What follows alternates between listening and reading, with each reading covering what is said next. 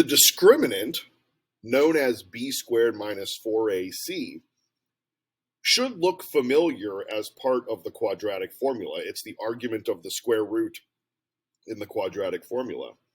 However, the discriminant by itself can offer a lot of key information about a quadratic equation. Namely, if you're not actually interested in what the solutions are, but you are interested in the nature of the solutions, the discriminant can do that work a lot quicker than the quadratic formula. So there's really three different situations that can happen with the discriminant.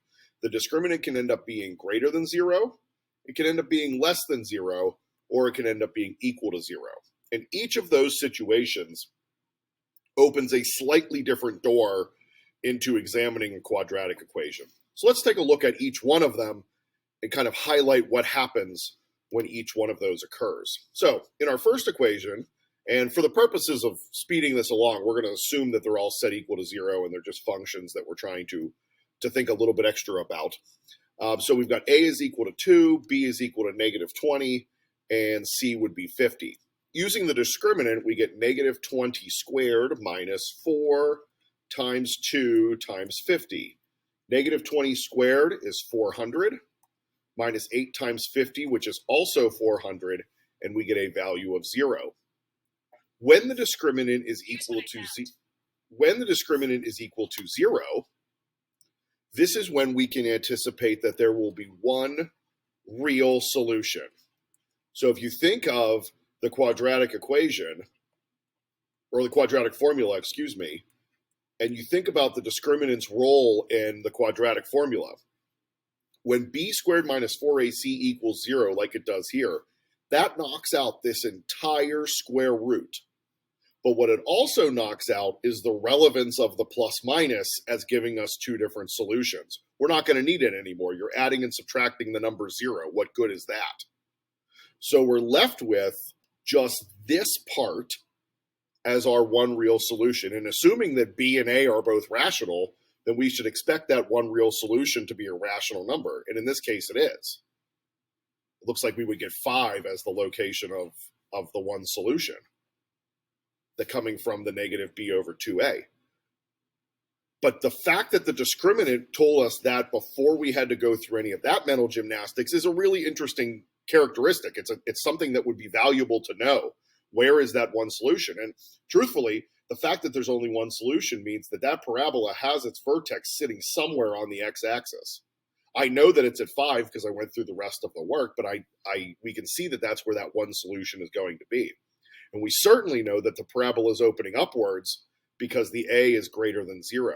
There's a lot that you can do with just an ABC discriminant analysis to start to think through what the picture would look like. Let's try the next one. 3x squared minus 5x minus 12. Our a is 3, our b is negative 5, and our c is negative 12.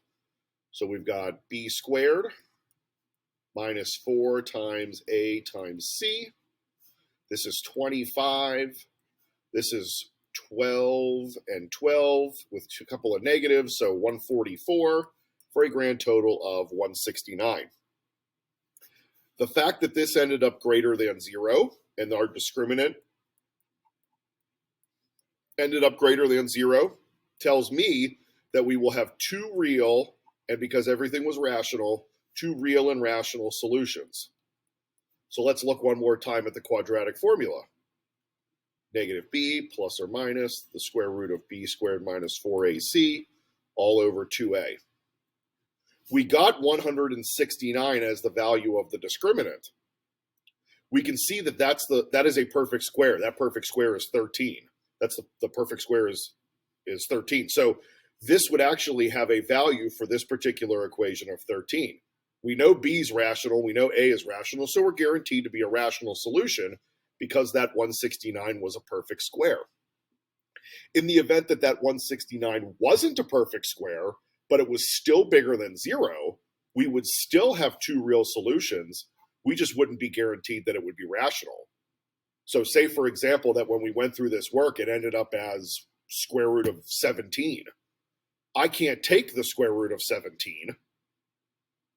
but it's still greater than 0, so I know that I'm going to have my two real solutions. I'm just not guaranteed that those two real solutions will be rational. In fact, I know they're not going to be rational because of the presence of an imperfect square root, the imperfect square root right here. One last example, we've got a is equal to 1, b is equal to 3, and c is equal to 8.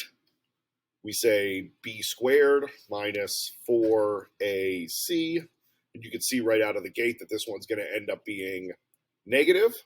So we have a discriminant that's less than 0. Thinking about the quadratic formula for one last time, what does that do for us? Well, if you're thinking about the position of this discriminant in this equation, then that discriminant inside of this radical tells me that I'm going to have a negative number inside of that radical, which guarantees me two imaginary solutions. When you might have learned the quadratic formula before, if you've seen it in Algebra 1 or anything like that, you identified this discriminant being less than 0. You might have identified it as meaning that there were no real solutions. That is true. There are no real solutions. But the fact that it's negative guarantees us two imaginary solutions. And because of the complex root theorem, we know those two imaginary solutions will be conjugates of one another, thanks to the plus minus. So lot to take in these examples, one of each type.